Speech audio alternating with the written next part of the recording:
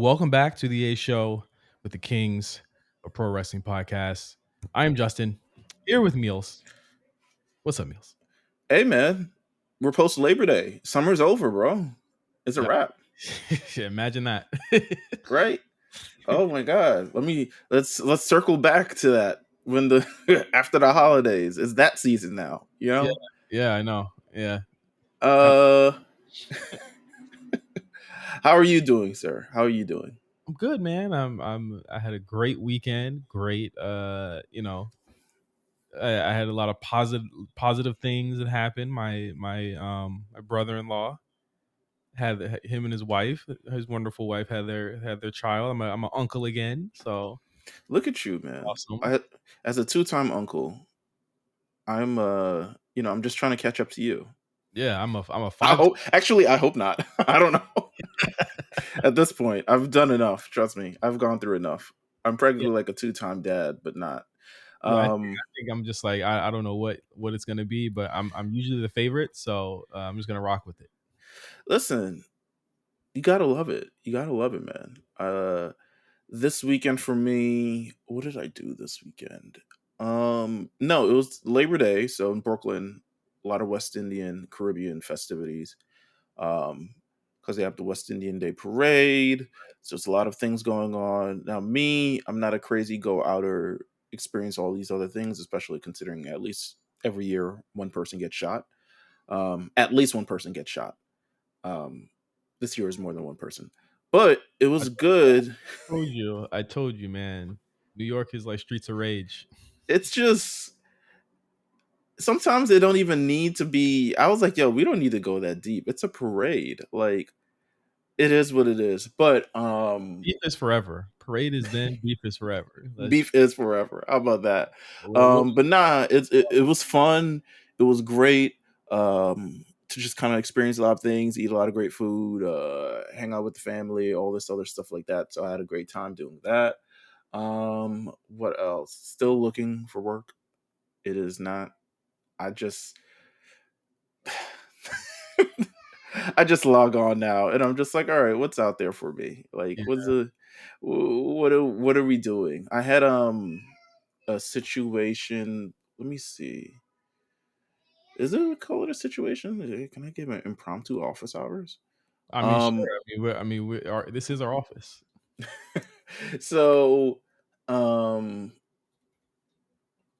I've been getting a lot of.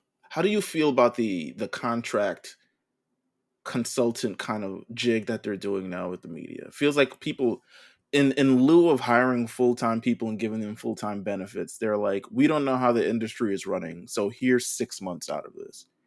How do you feel about that? Do you like, because personally, me, as someone who's gone through that experience before, I personally hate it. I can deal with the experience.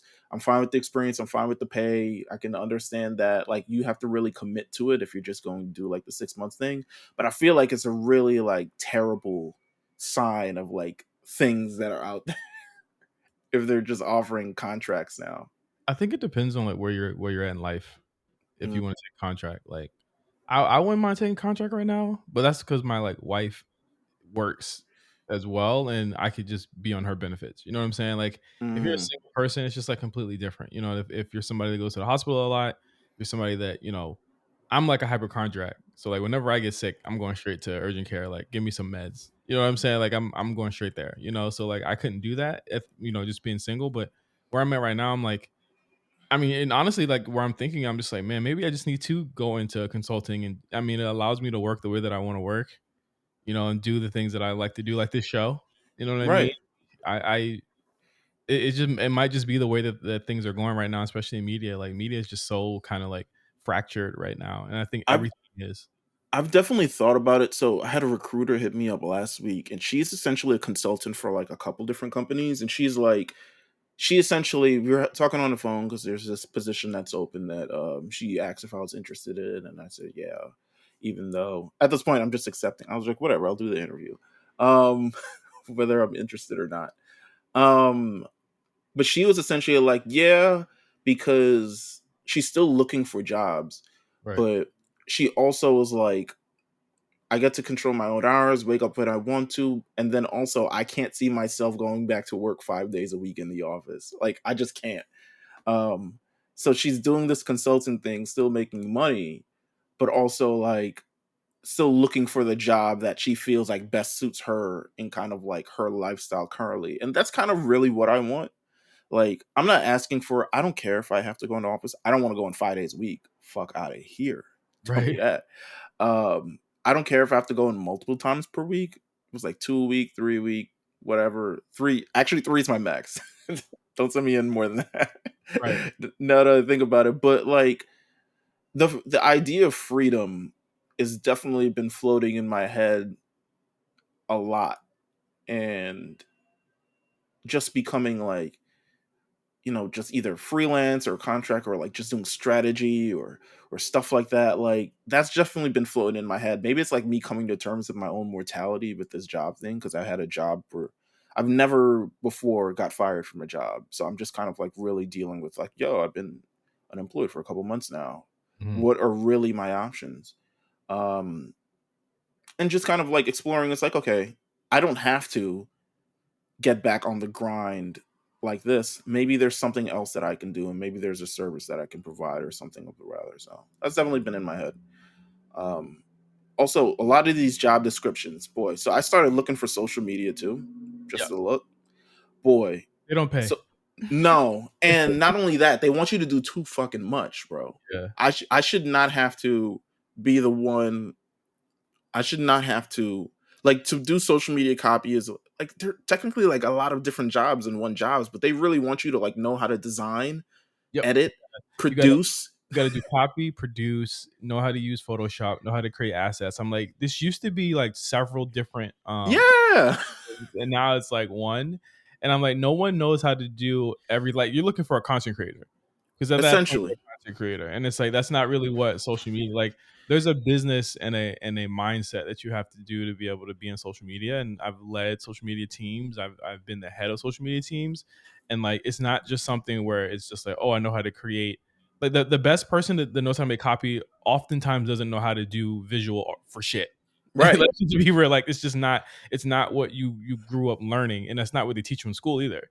So like it's very strange that they like, and again, like, it just goes to show like capitalism right now. You know what I mean? Like It's the capitalism crazy. is crazy. You know what I mean? So they're like, oh, you guys can just do all of these things. I'm like, no, you really can't. And then on top of that, they're only paying you, a very low wage. I mean, we live Yeah.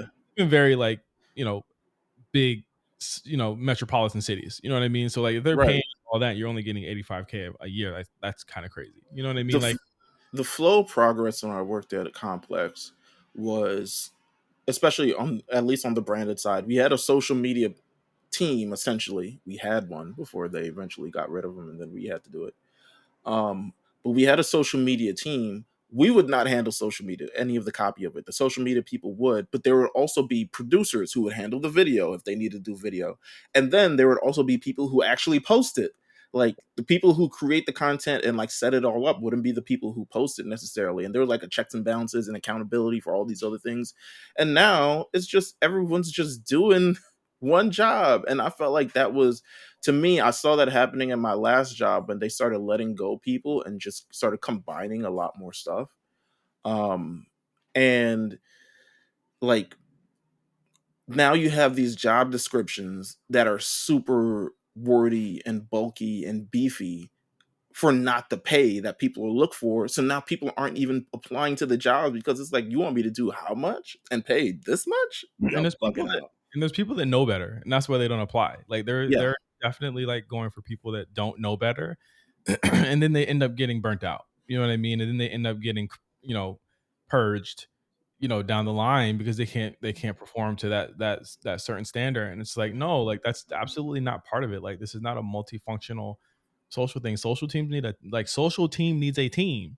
You know what I mean? Like social absolutely. teams need a team, and I think that like I don't know when they're gonna go back to that, but it is crazy because I even where I was at last, like it was me, we had a visual person, we had a video person, and that was like the team. You know what I mean? And we all worked together to make one thing happen. Now they want one person to do four different jobs. It's just it's not possible. You know what I Yeah. mean? It's just not possible at all. So This is a very bleak way to open the show, but yeah.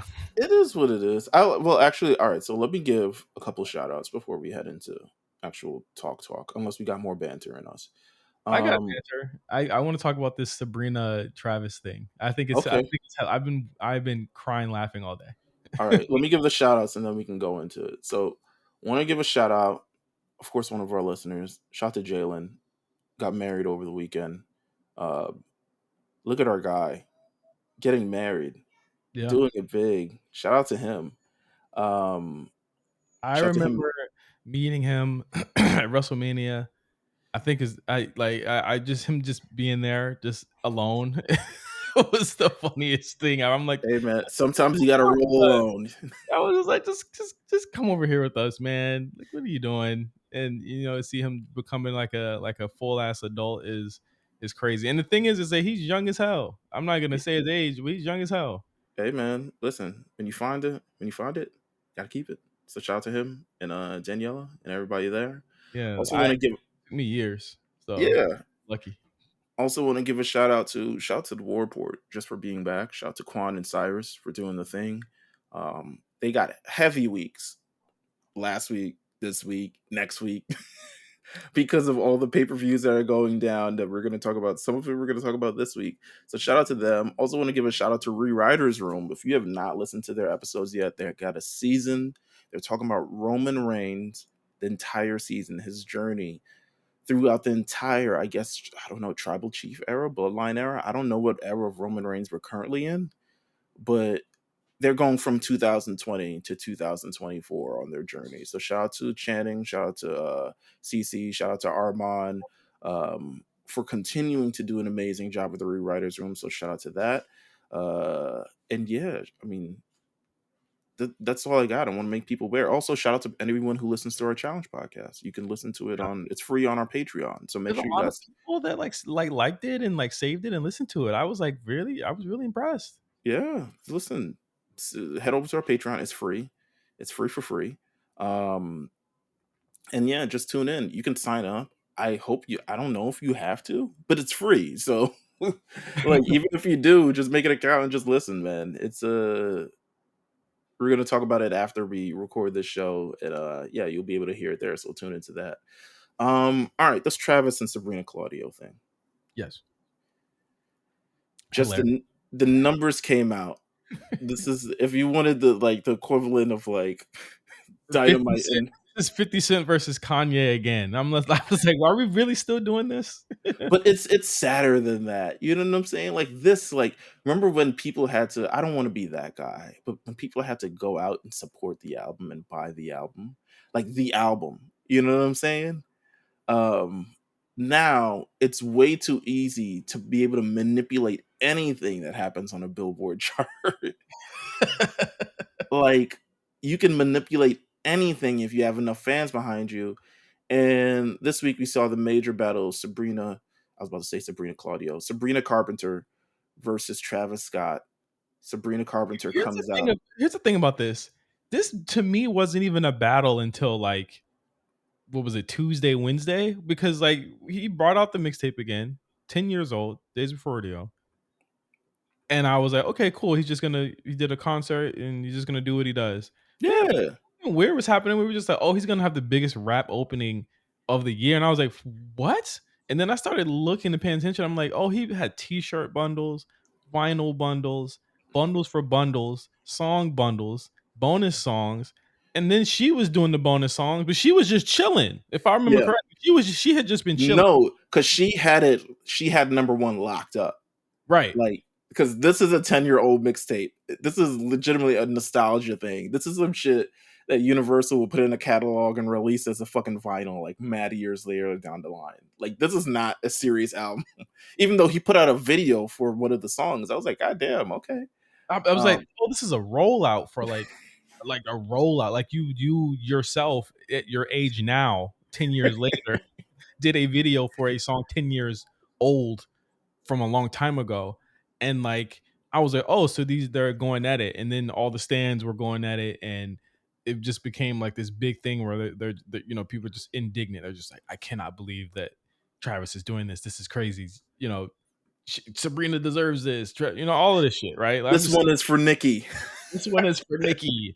You know, just stop. You know what I mean? Just crazy, I think. And I don't know. I don't know. Like so the numbers come out. Not they don't come out, but they're projected to be a race between these two, and then the Billboard. I mean, obviously it was a holiday weekend, so like they were pretty much like, okay, we can play up this battle a little bit more. They delayed them till today. It was supposed to be Wednesday, I heard. They delayed it till today, and then it comes out Sabrina Carpenter wins by By 1,000 six, what or was 600 copies. Yeah, 600 copies, and I was just like, huh. it shouldn't have been that close. Am I No, wrong? Like it's no, he wasn't. He was projected in like the early 200,000s, which is still impressive by any standards, and would have been like something you could rest your hat on. You could still say my mixtape sold better than a lot of niggas' albums if you wanted to get that bar off. You and I could mean still it do it. did. It's the biggest rap opening of the year, which is as problematic as you could think of it, is because of how it got there. And the reason I want to talk about this is because the conversation we had last week about how like the moment of something has passed, Yeah, and now people are trying to capture this moment forever, and it's allowing other things that aren't necessarily good for the culture to survive right now, in my opinion. And like this to me is a perfect example of that. I'm sorry, like this is bad. I think this is just like it's bad. I think I don't it's know. definitely it's bad for music. It's bad for. I was looking up so much different. I don't know. I've been on this nostalgia trip for the last number of years. I don't know if it's me getting old. I don't know. Of like me listening to old things, me looking up old stats, me looking up old different things. But I would I remember I was watching what was I watching? I was watching a Whitney Houston performance, right? Yeah. God, that woman can sing. But like she sold millions of, and I was like, yo, we used to have like talent. Like we used to be able to like sell it on that alone, and yeah, there was some celebrity involved with it, but like ultimately, like if you couldn't sing, you were like on the playground. It was like that bitch can't sing. Like the fuck out of it. Cassie. Cassie sells 60,000 copies. It's like because she can't sing. You know what I'm saying? Like she could never sing. Um, but now it's just like, and not to say that the people that we are talentless or something along those lines, but there's No, a so lot of much no, a lot of them are talentless. more now that's involved with this, and there are people who, and it's either positively affecting their sales and or negatively affecting their sales. You look at a lot of rap, a lot of also other pop girls, also a lot of R&B girls, and they're just not selling there much. And to be honest with you, I think they uh, split their audiences by Stan Wars and all this other shit like that. But Bro, it's country, it's pop. I mean, you look at these numbers. Travis, Billboard is weird this year. yeah, It just is. There's no rap on Billboard anymore. It's literally just country and pop. fine by me. Like, I mean, look at it. Travis sells 363,000. And if you look at the actual on-demand streams, it's 40 million. He wouldn't have outsold Lotto a week Mm. ago.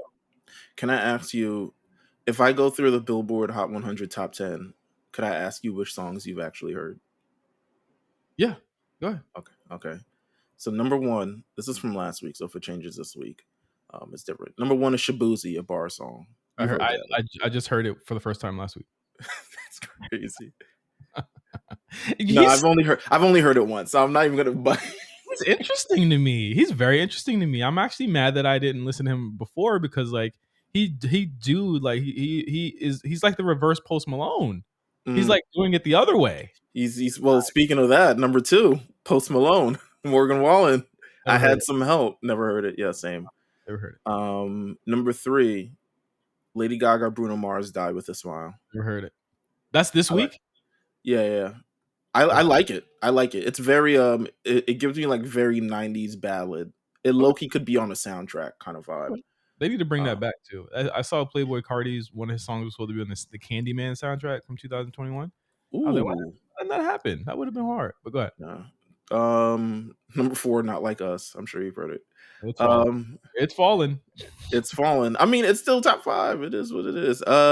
by week though, it's falling. The moment is passing, and there's no other moment after this. No, there's literally no other moment. That's all I'm bringing up. I think that it's very people are not paying attention to this. It is VMA season. In fact, is the challenge being postponed because it's going to be on Yeah, Wednesday? I'm almost sure it is. Like they're Okay. not going to air the challenge, so we'll be off that week. Yeah, Maybe we can talk about the VMAs.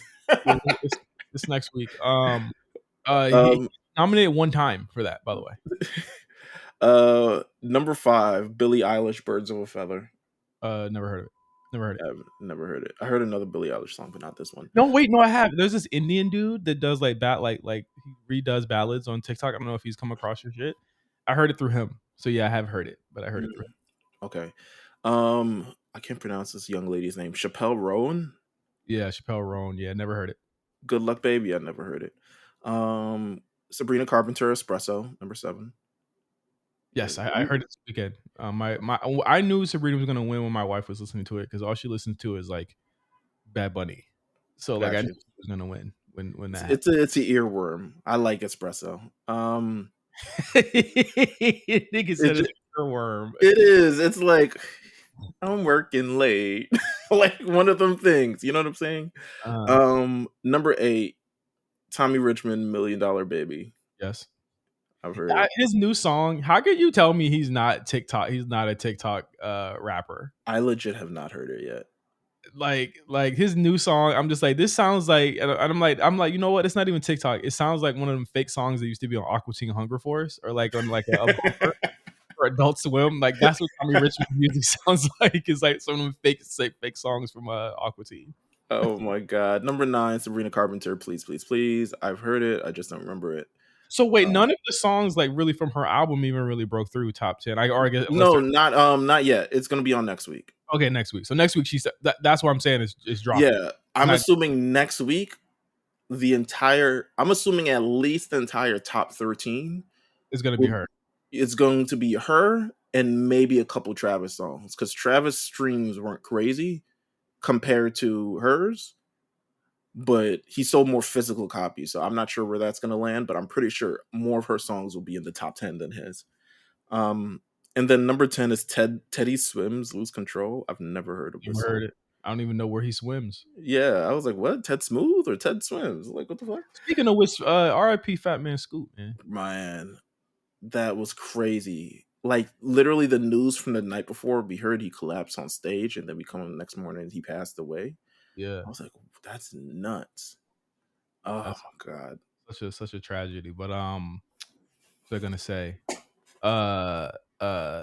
Yeah, I haven't heard any of these songs, but I feel like if this was back in the day, I would have heard all these songs. Everyone would have heard these songs. Yeah. It's just the fact that we can live and these songs are top in the country and then we just never heard of it. I don't know if it's a sign of our age. Well, no, because if I ask my niece, she hasn't heard any of that shit either.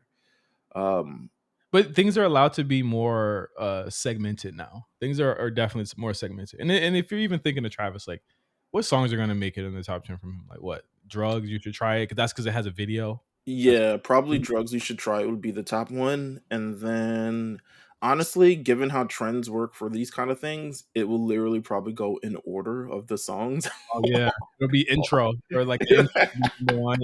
That should be so crazy. Like remember when like Drake's Virginia Beach was like in the top 5, and I was like, oh, that's just it's because it's the first song people listen It's to. the first song, yeah. So crazy. Oh, this would be an interesting question. Do you think T.I. gets anything from this Days Before Rodeo release? No. Okay. You think Travis owns the whole thing? I think he does, yeah. Okay. All right. All right. That's all I got. Sure, I'm going to wrestling. Wrestling, big weekend all around. Big weekend for sure. Big weekend, lots of stuff going down. Where do we start here? I want to start by also, we said RIP Fat Man Scoop, RIP to Psycho Sid Beauty, also passed away. What a terrible fucking loss. One of my favorite wrestlers from a kid. Like the power bomb to me wasn't Diesel's, it was Psycho Sid's. Wow, that's awesome. Yeah, it was Psycho Sid's. Like, and you know what's crazy to me is that I was thinking this last weekend when I was watching No Mercy, and I was like, man, Obafemi should like be like Psycho Sid coded. I think he should Mm, be like a paranoid African ruler type character. Like he would, because the thing is, people want to cheer him, and he's like so cool. Like he gives off cool energy, and I think he should definitely like even though like look at his entrance and tell me that's not like Sid. You know what I mean? Like that's it. Like there's a lot of people that capture that kind of vibe. I think Braun Breaker's another one, but obviously like to be Sid, you gotta have that size. I think yeah. the size is what kind of endear him to people. But Obafemi like strikes me as like that type of character. I think Braun Strowman had a moment like that too, but I think Oba is just he's just fucking cool.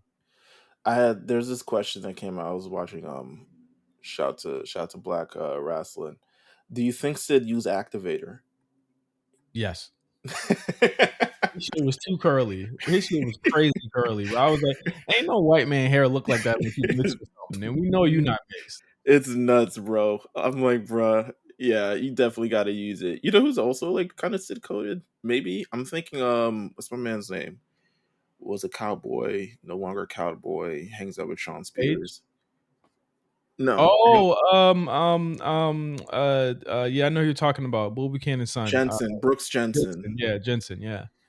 He could be if he didn't look so like dirty. But yeah, shout to Sid. I remember even I hadn't seen a lot of his matches. I came in afterwards, but I still knew who Sid Vicious and Psycho Sid was. I Like mean, classic moments in WWF, classicer moments. That's I say classicer. I don't care. classicer. It's cool. It's In what we do. WCW, the fucking the segment where Goldberg turns his car into a fucking square. And he comes out outside. And he's No, just like, like that shit. Like a lot of people like. I feel like in the 2000s or like late 2000s when it was like really about dunking on WCW as much as possible. Like a was it lot. the t-shirt thing? What's no, it was the leg thing. It was a leg thing. His leg got Oh, split in half. I think a lot of people that to me, like when I was like younger, like that was like the thing that people remember him for a really long time. And I think that yeah. that's fucked up. Like the leg thing in WCW was like that was his legacy for a while. You know what I'm saying? And it's like it's cool to see that like that's not the only thing people remember him from anymore. Is I the fact. remember they used to have those clips on like file sharing things like Kazaa and stuff. It'd be Yeah. like Sid breaks his leg dot mov dot real player or something along those lines. If you are a wrestling fan of a certain age, everyone remembers watching that huddled around a computer with their friends because at the time it's like again WCW had died, so like the obituary for it was a lot different than what it how they present it today. So that was ended up being like one of the biggest things. Like, oh, that's the downfall of WCW right there. That Sid's leg Hmm. is the metaphor for WCW at the time. It's like no, like there were so many other factors that led to that, and that created that. And I'm glad that that's not all on Sid anymore. Yeah, for sure. Um, what else do we got here? Uh, AEW news, man. What the fuck they got going on, man? They got first of all Bryan Danielson, AEW champion, claiming he will not retire until he's beaten for the AEW championship. So it was all a ruse, but it is what it is. That's how wrestling is. But what's more interesting, well, I don't know if it's more interesting, but it's definitely like new. What do you think of this John Moxley thing, man? Yeah, there was a lot of stuff going on last week about the line that he used. I did not watch Dynamite last week. I after my last watch on I missed this part, but I was watching the challenge and then it would on commercial. I would on unmute the war Dynamite. report, I was like, I'm done. I'm gonna take a break from my mental health from watching this show. I saw the segment though. I saw the clips of it, and apparently it comes from another like a movie about like skinheads, I guess. And Moxley seems to be taking a lot of cues from that. He's gone ahead and got what's her name, Shafir, Marina Shafir. Marina Shafir, yeah, she looks good, but I don't know. Her wrestling is terrible, so I don't even know if we'll make up for it. Yeah, she's like not terrible. So like I I think that it's like let's can we do something different here? Like it's kind of weird, but they're doing a whole thing, and to me it's looking to me like they're positioning Mox to face Brian, right? Like the way that those segments kind of intertwine, right? I think so. I mean, it looks like he wants to, judging from getting Marina Shafir, it looks like he wants to like recruit this like real grapplers vibe, because it's like, bro, Marina Shafir. First of all, they did it all in one night too. So again, AEW doesn't really know how to let things trickle, and maybe it's because they have a pay per view coming up. But I have no idea if he's going to be booked on a pay per view. I don't think he should. I mean, look at the way the fucking show ends. I mean, you got Jack Perry versus Bryan Danielson. It's like people are saying it's like a Kane feud coming out of it. I'm like, no, they just don't got no more niggas. Kane is actually over. He Hey was man, listen, that ambulance match after he won WrestleMania 30. This is that, bro. Just throw some shit together. Throw some shit that works. But no. John Moxley thing, people have been saying Shane McMahon potentially be included in this. There's no like actual like proof.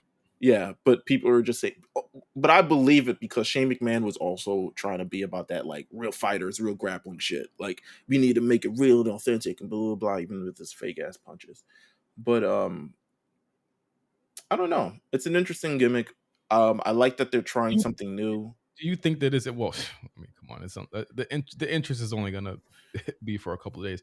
But do you think that Shane McMahon makes a sizable difference in like this company? If that is what is going to happen, what's rumored? I mean, this is just Twitter like talk. Nah, but I think he's just a notable name, and I think that's what they need. But they've done nothing with the notable names that they got. Like Mark Henry just came out with this interview, and he's like, "I thought I came into AEW like high five these young kids and help them out and try to build this thing."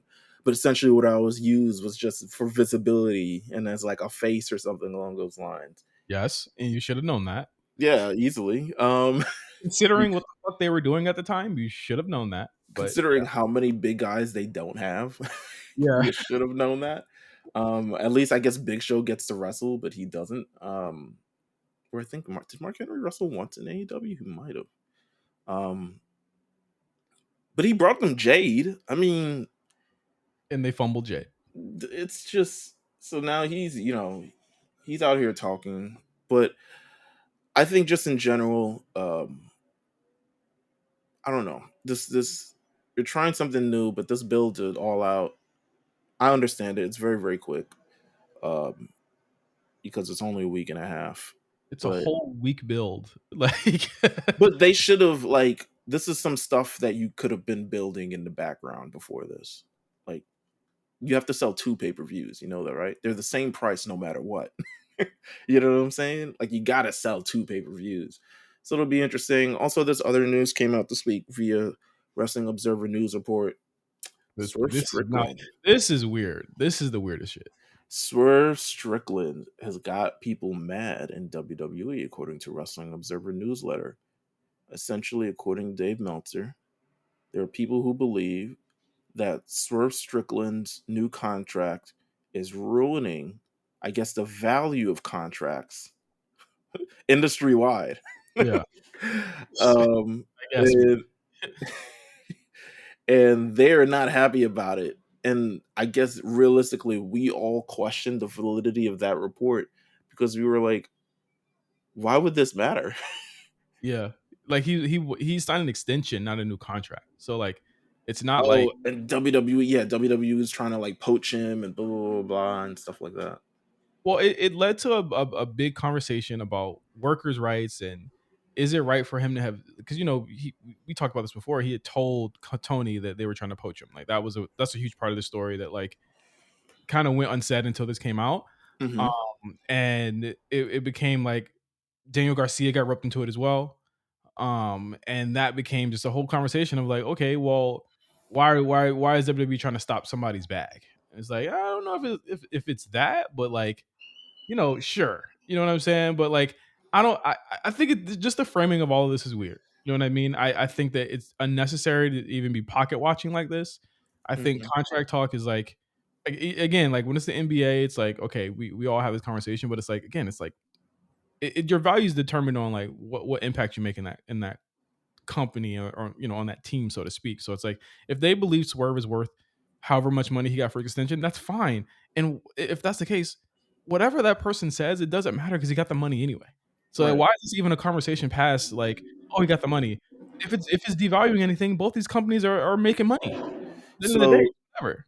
Right. The news report said the deal was reportedly agreed to a few weeks back, but they saved the announcement for the pay per view. People were talking about how Strickland has become a rich man with the new deal, and it is believed to be among the biggest deals in pro wrestling. Although it would be well below the Roman Reigns, Cody, and Randy Orton level, it's probably in the range of Okada and Mercedes Moné level. The deal and the offer to Daniel Garcia were told to us by someone on the WWE side for Garcia and more than one on Strickland as being bad for the sport because they are so far over what WWE would perceive the market value for both of these to be, with the idea that he's spending more than he needs to and raising salaries. The reality is, WWE can afford anything. Even if the TV deal is high, AEW still has to spend with some caution, or the idea they'll be so profitable then will erase the first 6 years of losses won't be the case, blah, blah, blah. Yeah. First of all, AEW is not spending with caution. No, they're not. I mean, if they were to because Daniel Garcia is another big part of this. Daniel Garcia got roped into this through the Swerve thing because nobody really knows his contract situation. It's believed that he was going to leave, but now no one's really sure. So I guess it's another one of those wait to the pay per view and find out. I personally cannot see MJF losing twice in a month. Like that would be insane. We've never seen that happen. That's like Yeah. Cody twice in a month. Like we've never seen anything like that happen before. Like I don't even know if you could even gauge that off of that match in general because you've just never seen anything like that before. Meals like when is MJF even? How many losses has he taken? Period in the company. You know what I'm saying? Like for him to lose twice and one to get that I'm like that's a very big vote of confidence in my opinion.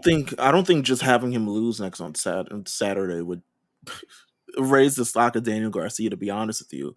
Yeah. Again, as we've talked about so many times over the last 5 years, a lot of these things take time to build. And if you want Daniel Garcia to be a reputable part of your roster, it's not going to be with a win just randomly over some guy overnight. It's going to be months and months of television time dedicated towards it. And to be honest with you, that's just time that AEW doesn't have. They're continuing to sign new stars. They're continuing to support, the talent that they're paying a lot of money for. We're going to see a lot more people like Ricochet and Mercedes Moné and a lot of other folks. If they sign more free agents, they will also be featured on the show. Um, it's going to be interesting to see kind of like how everything plays out, but get your money. You know what I'm saying? If he's overpaying people and you're the one who can be a beneficiary of it, um, It yeah, it at just least. it just hurts because when extension time comes up, and I think this is on both ends. It's like, what's this gonna look like when it's time for extension time? When like the after this contract in 28 or 27 or 29, you know what I mean? Like it's gonna be crazy. Like, is Daniel Garcia worth like Okada money? I mean, it depends, right? Like, I would say it's worth it if they're going to develop this guy. yeah, I would say it's definitely worth it, but it's also like what's going to be the value of the company by the time he has to do an extension. Like what's going to be, because even with the I look at like NBA and kind of like their value, but the value was 5 years ago is different than 5 years from now, and it really does depend on the TV rights and kind of like everything that comes within the players association and everything that follows with that. But it depends. Wrestling hasn't really depended on that. Um, which is maybe something, it's probably why I'm not gonna say they need a union, but it would definitely be benefit them. To You're right. continue to earn higher money, because is Roman Reigns making, and I'm not trying to pocket watch to be honest with you, is Roman Reigns making the same amount that Hulk Hogan was making um, with inflation? I would hope it would be more. Right. I would hope I would hope Hogan was probably making like $5 million or something. I'm hoping Roman Reigns is making like $15 million at this point. I have no idea. But we'll see. It was very, very strange. It was a strange report. You got Swerve coming out saying, "I got the text messages." Have those text messages come out? No. No, it was like, you want to see, and I'm like, yeah, that would be great if you show them, like, because we need to see this. All we heard is that they've they've been tampering so much, but no one has really said anything. And it's not like there's anyone that can police it. You know what I'm saying? There's Right. no hire unless you start suing people. Um, so, I mean, we'll see how that situation goes. Um, Pay per views, Pay per view. PLEs. PLEs. Like, you want to start with Bash? Yeah, let's start with Bash.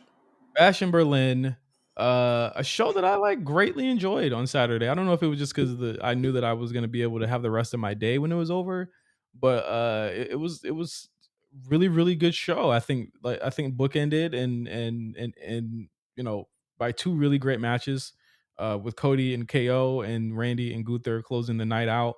You had a really really good match as well, between CM Punk and Drew McIntyre, which I thought brought what people wanted them to bring from SummerSlam, which I really enjoyed the SummerSlam match as well. But this I've obviously had a different level of physicality to it. Um, I think again they really know how to do these overseas pay per views correctly, and Berlin was hot the whole night. They've been again these European pay per views. They just it's just something there. And you know what? This might go into discussion. This was a news report that was brought up yesterday too. That WWE stopping their house show. Um, Kind of the house show things. Like they're starting to slow down on it, and pretty much we're only going to see like various tours. Um, this is one of them tours, and in WWE, I'm not sure how long they haven't had a live event there since the '90s, and these people were hot for it. And I mean, it was a great show from top to bottom. Like you said, better than it had any right to be. A lot of things were advanced. Sometimes it was just like a fire match. Like not Yeah. even if just like storylines really advancing and getting in the thing. It was just like, yo, great main event, great opener, and great matches in between. What was your I guess what would say is the highlight of the show for you? The highlight of the show for me was definitely the main event, but also the amount of things they tried with the KO and Cody stuff. I thought that they took a lot of cues from like things like that they've tried to do with Cody before in terms of like the storyline stuff, but really playing on the Kevin Owens thing, I thought was really well because you're hoping for him to turn, and your mileage may vary on whether like that was effective for you. But I came out of that being like, oh, he's probably not going to turn. Yeah. I didn't think he would, to be honest with you. At least not at this moment right now. We're gonna build up the turn. We're gonna build up the turn. But I don't even think it seems, especially from SmackDown. I know we'll talk about SmackDown a little bit, but it seems in SmackDown they're trying to rush back to Solo. Like, We'll talk about that, but but it's a been nearly a month, by the way. yeah. I mean, but it's a this this to me it just I don't know. KO is a performer. He's always gonna make me believe something, and I think that's probably like the best part about him. Like whether he going in, you're gonna lose or something. There's a shot of you that think he can win, but he's going to develop himself as a character through, and him doing the hesitation on the powerbomb spot, him with the multiple like could have taken out Cody, could have gone the dirty way and just chose not to, and essentially it was end up costing him. Um, Great storytelling in this match. Great way Yeah. to open the show. I mean, you also had the Terror Twins tag match, which I thought it tore the roof off in that arena. Yeah, for sure. I mean, these are some of the most overact in a wrestling right now, and a lot of I'm trying to remember the spots and all the other spots like that, but I just remember there was a lot of Gaga. Yeah, I mean, you gotta have the Gaga. It's inevitable to have a lot of Gaga in that match. But I mean, when Liv got her hands or when Rhea got her hands on Liv, Rhea got her hands on Dominic, they went ham sandwich in that bitch. Like they were fucking they was happy as hell. But again, this is an effective storyline between some really over acts. Like they are very over and they run the town right now. Like they legitimately run the town right now. I'm a huge fan of what they're doing, and I mean we'll talk about that on a Raw. They're continuing it in the way that we expected them to, on the outset. But uh, what the tag team title match happened, and it seems like it's gonna happen again. I know we're spoiling Raw, but like they're about to. No, yeah, let's talk about it. Fuck it. Bianca and Jay retain or regain their tag titles from the Unholy Union, and it looks like they're going to be defending it once again next week on Raw against Bianca and Jay Cargill. This feels like one of them. You remember the NXT jigs where they'd have a title match on the takeover, and then like Johnny Gargano would win a number one contender match so they could have the rematch on like the last episode of a taping. Like this Yeah, kind of feels like that kind of jig. yeah. I mean, I don't know what they're getting out of it. I don't know how this like to beat them twice is crazy. So I'm wondering if there's going to be a storyline implication coming out of that after it happens. I think hopefully there's at least some sort of a stipulation added to it or something along those lines. My thing is that I think like I get putting it back on from like the H perspective, like what it is. But also um the tag division, I looked at the tag division last night and yeah, we talking about Raw, but I don't know, it feels like it needs more oomph to it. Well, there Um seems like there's someone coming back that's going to add it, and it's like if you're not, I'm just be real. I really do not like the terrible trio of those women. I don't like them together. I just don't three like. people who I, clearly I don't even want to say their names. I don't like them together. I don't think they should be taking up this much TV time. I don't think they should be beating anyone. Like okay, I won't say that. I'm a fan of Zoe Stark. I think she's a great hand in the ring. yeah. I think that what she's being teamed up with is a bad idea. Like I think that she is gonna. If you here's my thing, if you team with Shayna, you're gonna start looking like Shayna. If that makes sense. Like if No, you that's true. if you next to a loser, you're gonna start looking like one. And But I all think three, the thing is, like, I feel like all three don't even have definitive roles within their in the gimmick. Like, it's not to me. They're just like tough. I don't know, tough chicks. Like, what are they like in WNBA team? Like, what? brother, that promo, we'll get to it after that match. Yeah, but I think to me the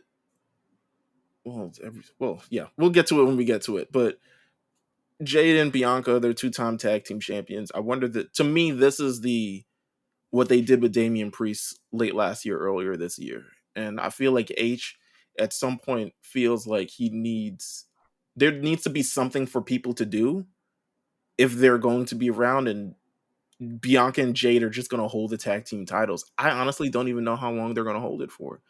Like I look at everything that happened for Damian Priest before he became a world title contender, and it was legitimately just a holding pattern. It Yeah. was like, all right, you won Money in the Bank.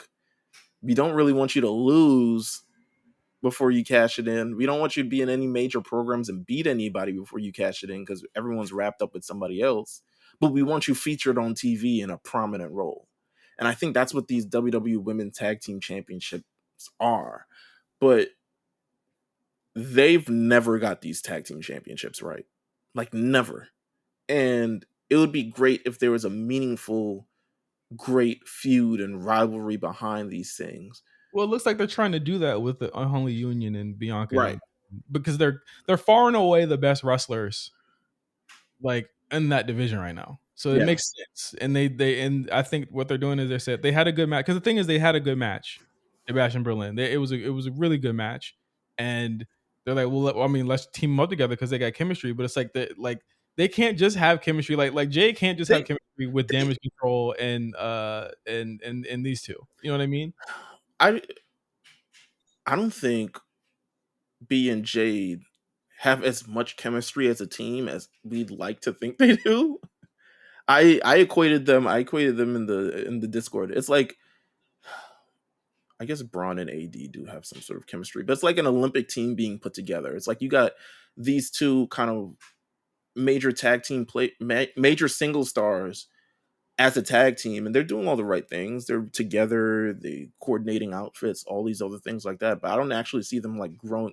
I don't see tag team psychology when they wrestle. I see Bianca Belair getting beat up, and then Jade hopping over the top rope. Yeah, like Bianca is face in peril. I'm like, can we stop? Like, this is Yeah, not believable. to me for her to be facing peril. She's bigger than every woman that they face. Like it She makes no she sense. could hit the KOD on both of them at the same time. Yeah, like it's a lot. But again, like I'm not saying the matches have been bad. And again, like even to your point about the chemistry, like I think what it is that like they're working with such great foils finally, and Yeah. that's what makes it work a lot. Um, but I we talked about this last week. I just don't see the value in having it on them beating everybody all the time. Like that doesn't help the division either to me. Mm. I don't disagree, but I see why they put them on him. From a business, we need something for these two to do. We don't have anything for them to do kind of vibe. Well, you're finding something for fucking Pretty Deadly to do, so have something for them to do. I'm just saying, like I'm just fucking saying, but Strap match. fantastic.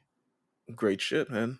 Yeah, they did their fucking they did their big one on that one. I got no complaints about that match. Punk in great shape, having a great match, told a great story, great ending to it that ends up playing into what we'll discuss on Monday night on the Patreon.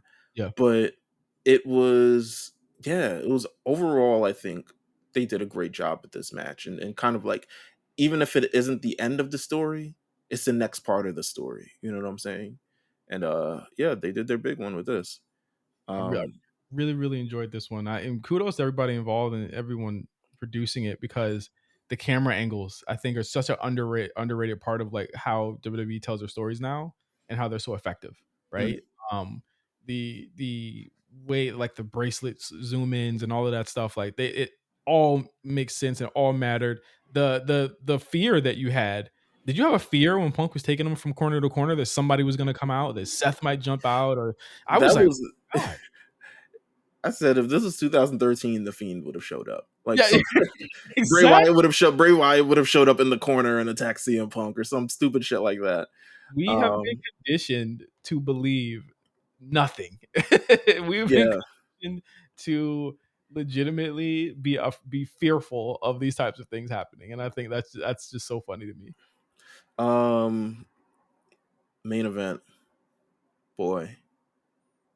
If you wanted to see the difference between why matches, in my opinion, work, like they don't work in AEW, but they work elsewhere. This is the perfect example of why I feel that way. This was so good. It was like, and it's a long match, don't get me wrong, but it's not one that feels super plotting. I don't know. It was a struggle for both guys, which I enjoyed. It wasn't like Gunther. It made you actually believe or give the benefit of the doubt that maybe Randy is going to win. At some point, it wasn't. The best part I like about this match is it positioned both guys as really, really strong competitively. It wasn't necessarily you're waiting for Gunther to win. Gunther obviously looks like the stronger guy, like a Gunther versus Chad Gable or a Gunther versus Miz or a Gunther versus someone else, where you position them and you're like, yeah, but you see It's Gunther. Gunther, Yeah, like he's Gunther. it's Gunther. Like he's gonna win. Randy bust his ass. The stairs, when he put the stairs together and dropped them on the table, I was like, oh, this is a different level of violence that you don't even really see unless you're Ilya Dragunov. And I think one of the more underrated parts of Gunther, his bag, is that like he actually takes offense and sells really well for other people. Yeah, You know what I mean? And you saw that here. And Randy's one of the best sellers of all time. You know what I mean? So like when you got him in the ring with you, it's gonna fucking work. So um just off the charts. And the match, I wouldn't even say it picked up. I think that it maintained the same level of like violence. And I came away from it being like, this is one of my favorite Randy Orton matches ever. I felt like also underrated part of the match. Just calling it. I feel like Michael Cole's in his bag. Michael Cole definitely has his like, yo, the dramatics. You know what I'm saying? But like when he's calling it and it feels like an actual sport and people are like, as they used to say, jockeying for position in this kind of thing. I feel like that's when he's at his best. And Corey Graves is, well, not Corey Graves, Wade Barrett as well. But to me, just the calling of the match, the psychology of it, being Mhm. able to tell a story between both of these guys, positioning them as both guys that could potentially win this match because Randy was giving in as much offense as Gunther was giving offense to him. The struggle for it, you know what I'm saying? The struggle for the RKO, the struggle for the Power sleeper bomb. hold. Yeah, the power bomb that was built up through the entire thing. Like, this is chef's kiss for me. So, Quan, I'm sorry. I don't see how you didn't rate this a 5. Yeah, it's a 5 to me. Like it's for sure. It was a 5 to me, and I think that like again, it's just telling a story of like how can Randy overcome this, but like how can Gunther be such a big champion? This is like the biggest champion he's ever faced. You Yeah, know what I this mean? might this might be top 3 Randy Orton matches of his career. Yeah. And I feel like if you don't give it this props now, like you have to look back on this and watch it again, and I think you'll do it at that point because Yeah. it was a brilliant fucking match, and what a way to end that show. The Handshake handshake, too. Whew, come yes, on now. bro. The handshake to me solidified it because again, Because Gunther had been talking big shit. yeah, and the thing is, they walk it back a little bit, which I'm like, I get why they had to walk it back a little bit on Yeah. Monday. Um, in the moment that happening, it felt right. It felt like again, WWE's doing these matches that are so against what they would usually have done, and they did an indie match. This is what Gunther would have been doing in one of them indie promotions in the UK. You know what I'm Mhm. saying? Like, he would have been having that match. Imagine Randy Orton coming to what was it? What, WCPX or whatever the hell this shit's called, and then doing this match. You know what I'm saying? Like that's what it felt like, and I just like kudos. Like again, this show was way better than it had any right to be, and it jumped into like my top 10 at least shows of the year, in my opinion. Yeah, for sure, for sure. Following night, we had another PLE, NXT No Mercy. I want to ask, rather than go through all the matches, because they'll do that on the War Report, shout out to the War Report this week. I'm Mhm. going to ask you, who are your MVPs at Roxanne Perez. NXT No? Whew. Roxanne Perez. I think if you were to do women, men, I say Roxanne Perez and Nathan Frazier Oh, with the honorable to Ethan Page, with the honorable to Ethan Page. But if I were to do it just overall, it's Roxanne, and the honorable would go to Wes, or not Wes. It would go to Nathan and Ethan. talk about what Roxanne did in that match. That kind of really. Everybody has their best matches with her in that company or in that brand, Mm, because at the end of the day, Jada, she turned a corner, but I don't know if she's gonna have the same type of match that she did that night. Because again, Roxanne's like 5 foot, 4 foot 11 or some shit, right? And she's punishing these girls. She's dropping, she dropping that tiny booty on her. she is punishing these women. I'm like, bro, like I'm not taking like she's taking that like the I guess the narrative of her and Corey being bullies. I think that was what I seen on Twitter one day. I'm like, she's taking that and turning that into a actual wrestling character in the ring. And I Yeah. think that's fucking funny as hell. No, she did a great job. I think Jada Parker, like you said, she might not have, at least anytime soon, might not have a good as match as good as this with anyone else really quickly. Um, but she came out looking so good. I think that's what worthy of a champion is, right? Like that when you're champion, and I think that might be why, honestly, might be why Trick is not champion currently. Um, you kind of got to be able to make people also look good. You know what I'm saying? You got to make your opponent look good, but you also got to be able to tell the story of like how you can kind of like dominate in this thing. And I look at Roxanne Perez, and I actually look at Kalani Jordan, and I had the thing throughout this night, this realization throughout the night. I was like, I don't think Kalani Jordan should be champion right now. She I should. don't. I don't think she's far enough along as a wrestler to really be able to not only position herself as looking great, but also make others look great as well. Um, and I think her and Wendy Chu just don't have that chemistry, something along those lines. But I also think it's chemistry it's a style that you eventually develop over time where you can read other people's different styles. I think she's used to the kind of like athletic, super athletic kind of sprint that happens with all the other super athletic girls in NXT, but Wendy is not that. So she kind of really had to slow down her offense, but then her offense was kind of like kooky as well. Um, I don't think she should be champion right now. I think she should. I don't think. To be fair, I also don't think Sol Ruka should be champion right now, even though I think she would be a better. She's way more experienced than her. But I think, Can't, I mean, neither of them can talk, but I think Saul is just a more compelling package. I think. yeah, I think there needs to be. If I were to give the women's North American Championship to someone, it would probably end up being like Tatum, either what happened. Tatum Paxley. Tatum Paxley could be good. I would honestly. I also think Thea Hale. That's true. Tar too. That would I be think cool. I think Thea Hale would be a great compelling champion because it's like narratively.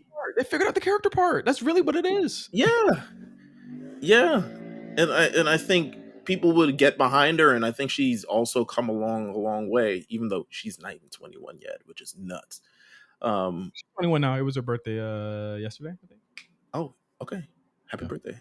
But no, she hasn't come along. She hasn't come along as much yet. But yeah, it made me look at. I was like, Lonnie. Maybe you like Lonnie. It's not like Lonnie right now. We're not liking Lonnie right now. But I'd say it was a. To me, this show didn't necessarily blow me out of the water, but I think it was a good stopping point for the next thing that we got going on, because um, the Wentz Wesley match, I thought it was cool, but I wasn't like completely It's blown crazy. away. What's crazy is that so many people, I feel like I was taking crazy pills because so many people really like that match a lot.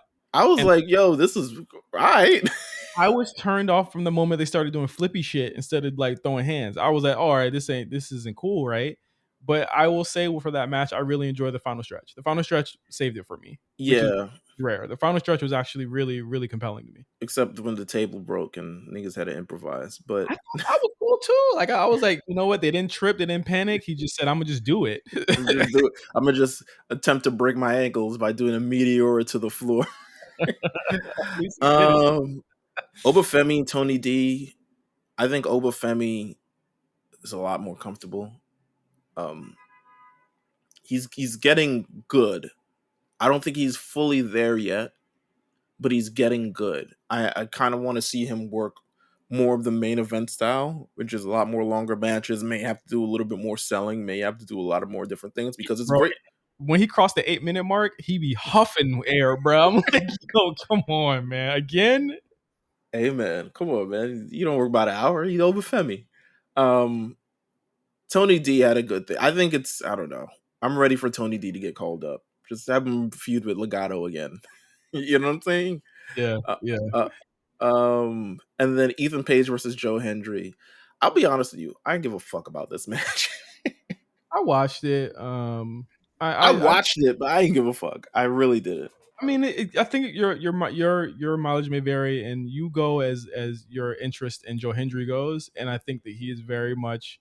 I'm not even gonna say limited because like you don't have to be doing flips and shit to be a good wrestler, and clearly he had the crowd in the palm of his hands. You know Right. what I'm saying? Like, and I saw a lot of people saying, "Oh, Julia should have closed the show," and I'm Yeah. like, Jada Parker is not main eventing a PLE right now. Like Julia can main event a PLE, but on just the appearance alone, I don't think that she should have main evented. And I think that like, yes, that was a big moment, but I think Joe Hendry was like a bigger reaction altogether Mm-hmm. Mm-hmm. than than Julia. Like Joe Hendry is a phenomenon. I think in that company right or in that brand right now, and for what he lacks in like explosive in terms of like a character, he made up for it and just having that the crowd out in the palm of his hands. And And they still managed to get the point across with Trick and Ethan, which is yes, ultimately what I think long term is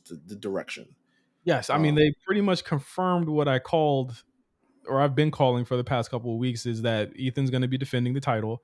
And I would not be shocked that if on NXT this Tuesday, Ava or somebody said that whoever wins between Trick and Pete are going to face Ethan on the October 1st NXT. So just expect that. um, but yeah, solid show, solid PLE. It was a good way to waste a Sunday. Um, and they got out of there early. Let me see. Is there any more news before we get out of here? Uh, let's see. There was fake reports of the performance center going to Vegas. Got them niggas out of here. Um, Let's see. What else? That was Ricochet's debut. No, yeah. How about that? You watched it. How was it? I would have done it differently. I'm gonna sit back in my chair. Go ahead. Let's talk. I would have done it differently. I would have done it differently. I feel like, again, you have the opportunity to. Also, it's weird. I also feel like you got to really want it for yourself too. I'll just say that. Like, you really do got to like want it for yourself. What you, by that you mean say no? Because I think he definitely should have said no to the way that they produced that match. Yeah, I think just overall, he immediately. I mean, after the match comes out, he obviously beats Kyle Fletcher and whatever the fuck it is. Then Will Ospreay comes out, and everyone's like, "Oh, thing," and then Pac comes out, and I was like, "Oh yeah, Pac." And I don't like the thing that they do where they crown number one contenders and they can't even defend the title within a 30-day span. Pac has been number one contender for like a month and a half. So the Darby Allin has been a number one contender for a month and a half, and I don't even know he somehow Jungle Boy is getting the title shot. Dogged him before Grand Slam.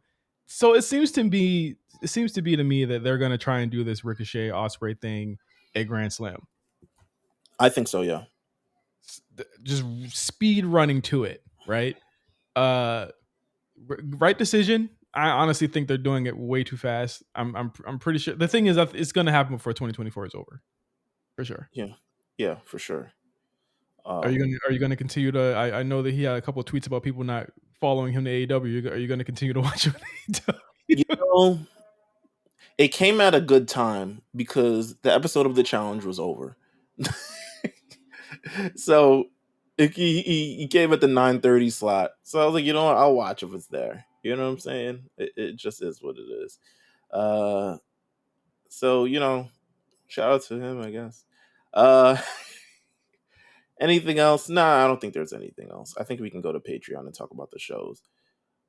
I'm trying to think if there's anything. Oh, then the Netflix documentary for Mr. McMahon. Oh, yes. Yeah. The Netflix. How did we forget that? Oh, well, Netflix has officially released a date for the Vince McMahon documentary that has been in the works for quite a number of years. It's going to come out September 25th. I believe it's going to be a 6-part series. Yes. No idea if it'll all come out on the same day or if it's going to drip. Netflix doesn't do weekly, So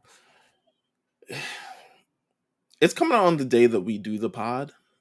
So people are going to have to wait an extended time to hear our actual thoughts on it, which I think is good. I don't think it's I think unless like Netflix wants to send us the advanced copy, which I guess I could ask. We could ask. Wouldn't hurt to ask. If they want us to review it on the show in the week it comes out, because we'll do it. But no, there's not much that we know from it now, other than yes, he's involved, he's in it, he's been interviewed, and other people have been interviewed as well. I think people expecting this to be like an expose. I'm like, I don't think it's gonna be that, bro. I think it's a documentary. I think that the doc will definitely change. From what I've heard, the parts of it definitely did change due to the allegation. So I would expect maybe the last half of it to be about that. But a large part of it is going to be about the pendulum swing of this person who is a piece of shit, but also simultaneously a genius in the same breath. You know what I mean? And how that has kind of made his relationship with the world and the public at large very difficult to reconcile. So think Genius, the Kanye documentary, but with Vince McMahon. Yeah, I think that's it. So yeah, that's it. I guess it's time to go to Patreon. Yeah, let's go to Patreon. We'll see you guys next week on the A Show. We'll be talking about WWE Week. It's gonna be WWE Week, aka USA's last gasp with all these shows next week. God bless. So shout out to them. So yeah, we'll see you guys next time on the A Show. Peace.